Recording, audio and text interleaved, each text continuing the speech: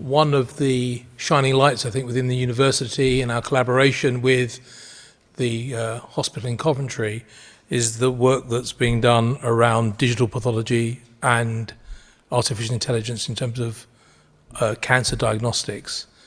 And it's a great pleasure to invite Nasir Rajpoot to come and talk about and to launch essentially our tissue imaging analytics centre here at the University of Warwick. It's a really good example, I think, a specific example of what we can do working together between NHS, academia and industry.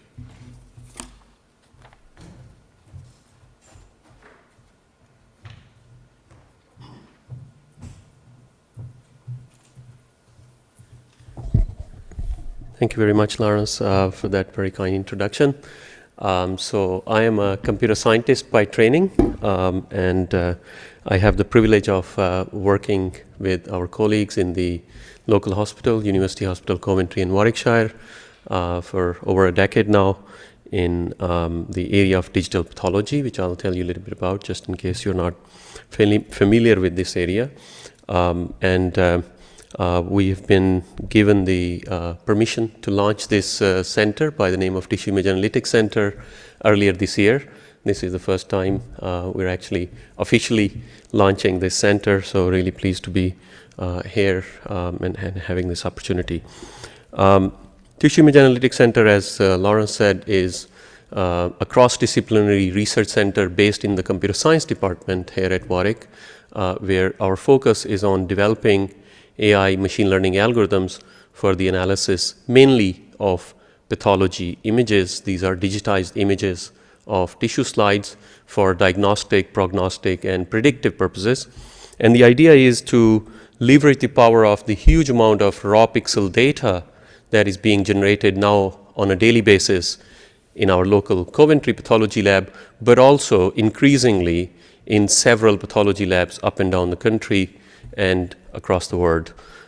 So that huge amount of data contains lots and lots of potentially extremely useful information that we want to capitalize on, and we want to put together AI machine learning algorithms that can then be used for efficient diagnostic, but also for better prognostication and for better prediction of response to a particular kind of therapy or a response to or deciding on a particular treatment regime. So I put together a little slide deck here just to go over some of the main things that we do here. So this is nothing that we do. Well, actually, something that we do all the time, right? Human visual system, we're using it all the time to navigate our way across, whatever it is that we are moving in.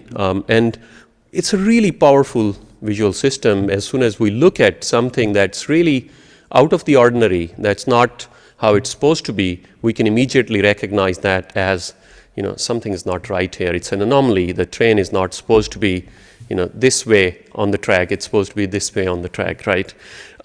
So it's kind of similar to what a pathologist is doing when they're looking down the microscope.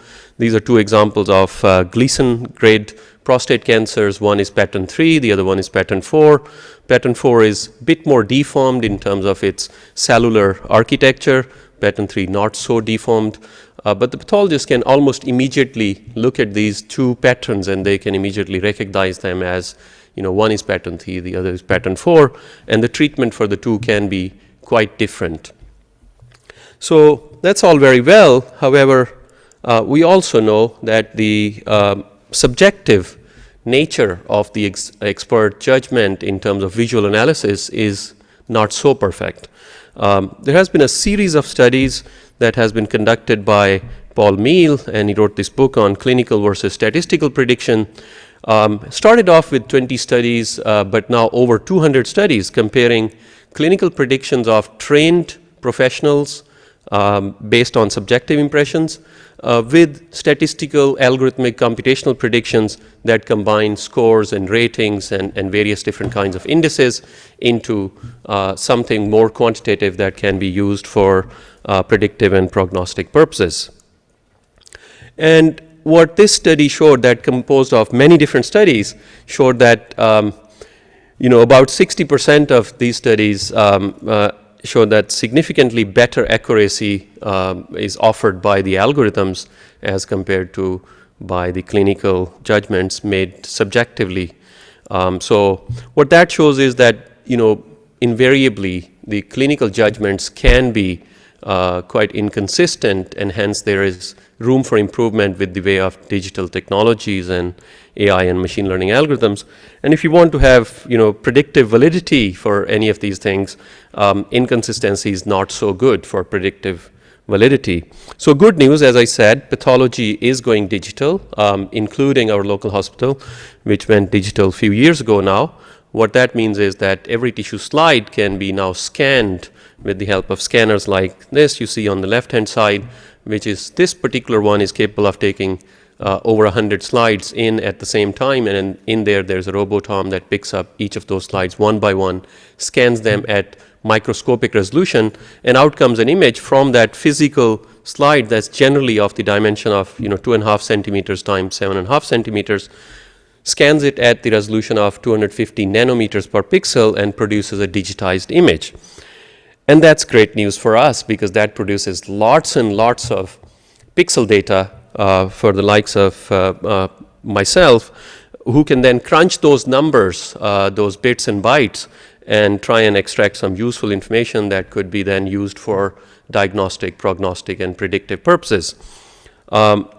So here we now have the opportunity to leverage on the power of these several billions of pixels in each of these images for deep learning of known histological patterns that the pathologists are looking for all the time for various different types of grading of cancer, subtyping of cancer, and so on, but also for deep mining of unknown histological patterns that we may not necessarily know about, that may not even exist in the books at the moment, in a systematic and data-driven manner.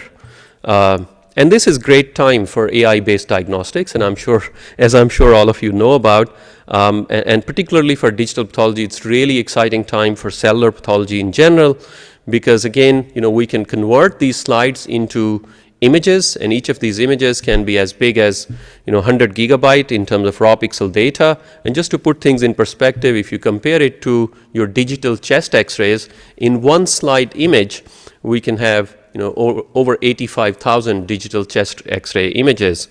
So we're very quickly getting into the petascale domain, just by having a few thousand of these images. And again, that is great news for us because now we have this huge amount of digital pixel data from tissue slides that didn't exist before. But also together with machine learning, AI algorithms, and the novel compute infrastructure that is becoming cheaper and more powerful by the day to be able to target precision medicine and early diagnosis, which are two of the major goals of our research as well. So just to come back to TIA Center, our major objectives in terms of research to go ahead and tackle some of the major challenges in the area of computational pathology, with application to tissue-based cancer diagnostics, integrated genomics, and therapeutics. And in terms of development of algorithms, developing clinical-grade AI solutions, we're marching towards that. And eventually our goal is to be able to translate those algorithms into the clinic by way of commercialization. But also, quite importantly, we want to reach out to the community, to people in other departments in the university, in other places in the area, other hospitals, but also patients and public to try and get their buy-in to these technologies that are so important for future diagnostics and prognostics, but also that may not be very successful unless we have that buy-in from patients and publics.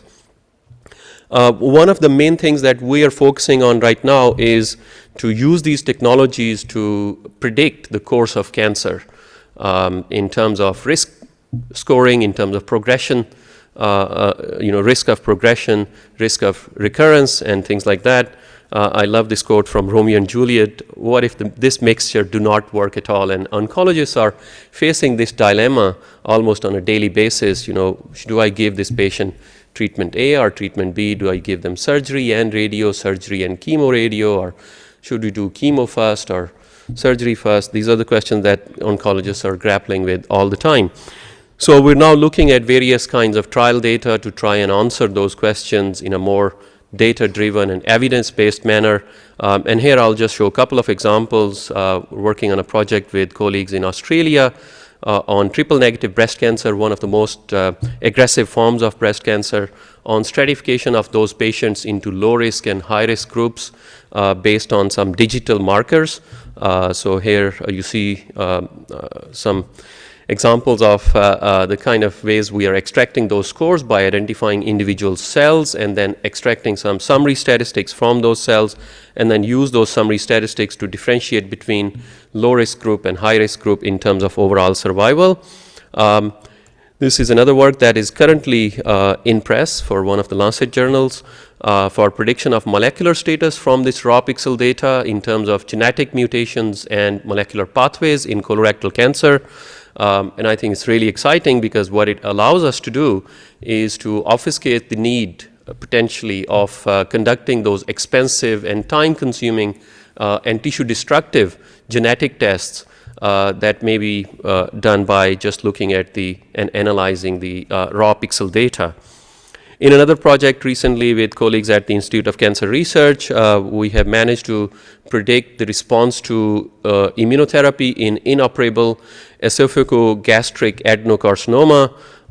And here what we've shown is that as compared to your usual molecular type of tests, which are actually more costly and more time consuming, this kind of AI-based analysis can give you better prediction of who is likely to respond to this therapy and who is not. So there is plenty of exciting stuff to come forward, and we're really looking forward to that. But I'm also very excited about and very enthusiastic about getting involved in low and middle income countries where the global burden of cancer is much higher than in some of the developed countries. So here you see some stats from the IARC on the difference between incidence and mortality. Blue is the incidence and red is the mortality. And at the top here you see some of the developed nations, and towards the bottom some of the less developed nations. And the difference between the incidence and mortality is much lower, much smaller in the bottom half as compared to the top half. And that's something that I think requires a lot of work going forward. To sum things up, our vision is that we want to start off with digitization of these tissue slides. There are millions of tissue slides up and down the country that are being generated, all the time, but without having them digitized, none of this is going to happen. So in PathLake, which is another flagship project that TIA Center is involved in, we are putting together with our colleagues at University Hospitals Coventry and Warwickshire, also with some of the other NHS trusts in the country, well-curated data repositories to enable and accelerate the innovation in AI research and development, so that we can then take those algorithms through validation and regulatory approvals, because we have these well-curated data repositories to be able to commercialize them. And finally, that's our ultimate goal, to be able to deploy them in a clinical setting. That's what we want to do in the end. And I cannot but end with this slide that all the time we're working on very exciting technologies and scientific advances and discoveries, but it's really people, cancer patients and their families that we must be bearing in mind all the time, and hopefully they're the ones who are likely to benefit from these technologies. So with that, I'll just end and thank all my team and all the funders, but also offer this as an opportunity to anyone who is interested in working with us going forward in translating some of these technologies that we have been developing, but also in reaching out to patient public groups and making all of this a bit more applicable to the wider society. Thank you very much.